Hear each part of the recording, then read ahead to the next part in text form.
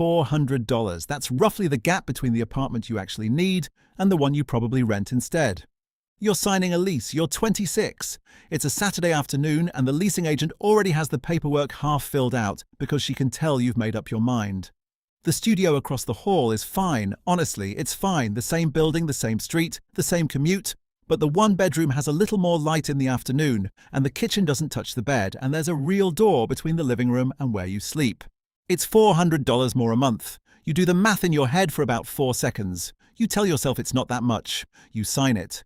The average rent for an apartment in America right now sits around $1,750 a month, according to Rent Cafe's market data from earlier this month. And across the country, studios typically run a few $100s less than a comparable one-bedroom in the same building, sometimes as much as $300 to $400 less depending on the city. I'm Owen, and I make videos about the ownership mindset. Not because I think you should live somewhere miserable to save money, because the gap between reasonable and nicer is where most people quietly lose the most, and almost nobody ever actually calculates it. Quick disclaimer, I'm not a financial advisor. This isn't personal financial advice, this is education. I'm someone who reads too many housing reports. Use this as a way to think about your own numbers, not as a rule for your exact life. Here's the part that doesn't show up on the lease. $400 a month for 18 years invested instead of spent, at the long-run stock market average of about 8% a year, comes out to around $192,000. Read that again. Not from a bigger salary, not from a side hustle, not from cutting out coffee or cancelling anything, just from the difference between the apartment you need and the one you picked because the kitchen felt nicer on a Saturday afternoon. I lived in that one bedroom for 2 years.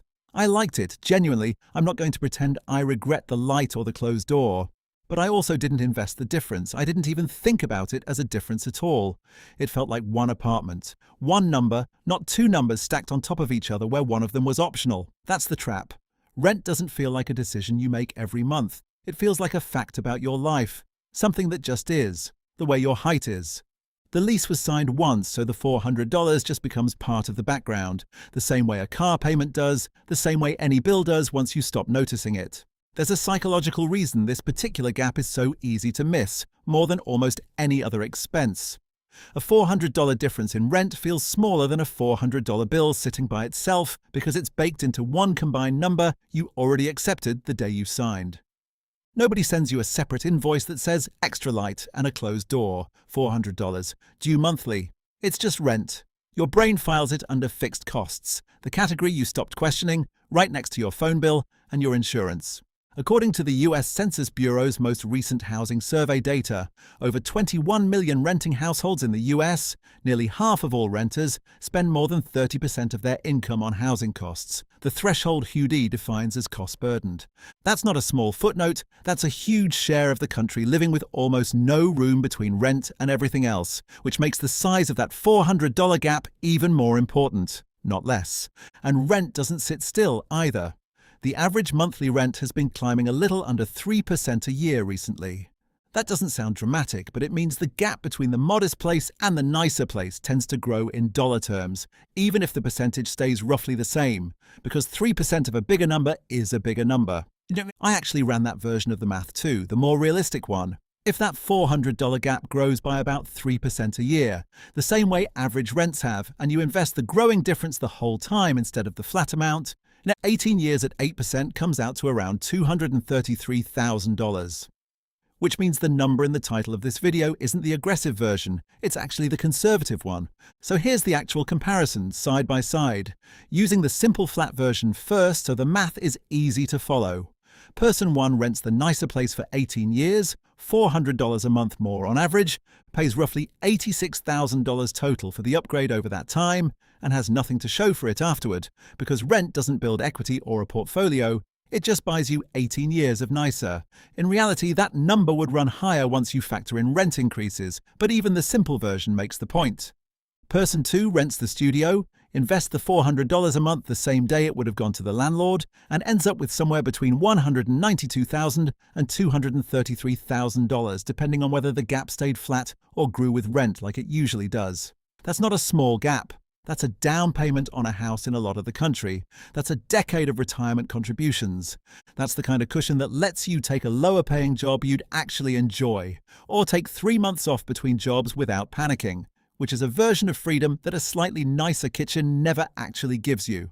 I want to be fair here. This isn't really about studios versus one-bedrooms specifically, and it's not an argument that you should live somewhere uncomfortable. It's about any recurring housing cost that's bigger than it needs to be for reasons you never actually priced out. A slightly too nice neighborhood when a fine one is 10 minutes further out. A gym or pool amenity built into the rent that you use twice a year. A parking spot you're paying for on top of a car you take on the subway most days anyway. Renter's insurance you never compared against a cheaper policy. A second bedroom you call an office but really just fill with boxes. Each one is small on its own, and each one compounds the exact same way the whole one did, because your bank account doesn't know the difference between a car payment and a housing upgrade. It just sees money leaving every month on autopilot. So how do you actually use this? Before you sign or renew a lease, just write down the cheapest reasonable option in the same general area. Not the cheapest possible dump you could survive in, the cheapest reasonable one, and put it side by side with the one you're actually leaning toward. Then look at the real dollar gap stretched out over years, not the vibe gap you feel standing in the empty apartment with good light coming through the windows. A little more light is not automatically worth $200,000 over 2 decades. Sometimes it is worth it to you, that's completely fine. Just know the real price before you pay it, instead of finding out never. And if you do decide the gap is worth taking, at least redirect half of it into an index fund the same day rent would have left your account, so it never sits in checking long enough to quietly disappear into something else. And I want to address the obvious pushback because I know it's coming. Some of you are thinking, Owen, I need to live somewhere for my mental health, or my commute, or my safety, or because I work from home and need the extra room, and that's completely fair, all of it. This isn't about punishing yourself into the cheapest possible box you can survive in. It's about knowing which upgrades are actually worth their long-term price to you specifically, and which ones you picked without ever running the actual math the way I did. 2 years after I moved out of that one bedroom, I sat down and ran these numbers for the first time, out of curiosity more than anything. I didn't like what I saw. I'm not telling you this story because I made the perfect choice back then, because I clearly didn't.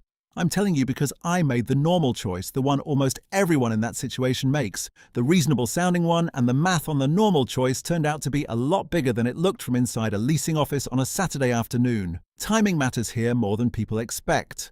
That same $400 gap, invested for 8 years instead of 18, only grows to around $53,000. Still real money, but nowhere close to the bigger number. Stretch it out to 28 years instead of 18, and it climbs to around $499,000, roughly $500,000 from the exact same $400 decision made a decade earlier. The gap itself never changes size. What changes is how long you let it sit there working, which means the version of you signing a lease at 24 has more leverage over this number than the version of you signing one at 34, even though both of you are making what looks like the identical choice. If there's one thing to take from this, it's that rent is the easiest number in your life to stop questioning, because you only actively decide it once a year at renewal, but it adds up every single month in between whether you're paying attention or not, and the gap you accept once tends to just quietly renew itself right alongside the lease. Figure out your own gap this week. Somewhere between your actual apartment and the reasonable one is a real number, not a vibe, an actual number, and that number compounds whether you ever look at it or not, sitting quietly in the background of your life until you decide to either question it or let it ride for another year. If this helped you see your own numbers differently, follow along, because every week I take one normal financial decision people make without thinking and show what it actually costs. And before you go, tell me in the comments, what's the $400 in your life right now, the upgrade you picked without ever running the math? I read every comment, and I'll pull the best ones for a future video.